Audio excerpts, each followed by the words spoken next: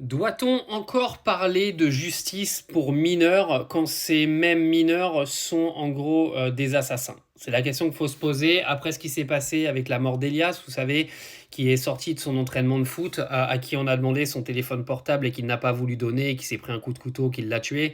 Moi, la question qui se pose aujourd'hui, c'est pourquoi devons-nous donner une justice indépendante à, à des mineurs? Pour moi, ils doivent être jugés comme des majeurs. Le résultat, il est le même. Ils ont tué quelqu'un. Ils doivent être jugés comme des assassins, tout simplement. J'en ai marre en fait que dans ce pays, on donne de la légitimité aux gens parce qu'ils ont moins de 18 ans, parce que sinon, tous les moins de 18 ans vont continuer de faire tout et n'importe quoi. On le voit de toute façon dans notre société aujourd'hui que les gamins de 14, 15, 16 ans deviennent de plus en plus violents, ont de moins en moins de limites, et on a une justice aujourd'hui qui leur permet de continuer de faire ça. Il ne devrait plus y avoir de justice spéciale pour les mineurs. Ils doivent être jugés comme des adultes avec les mêmes conséquences.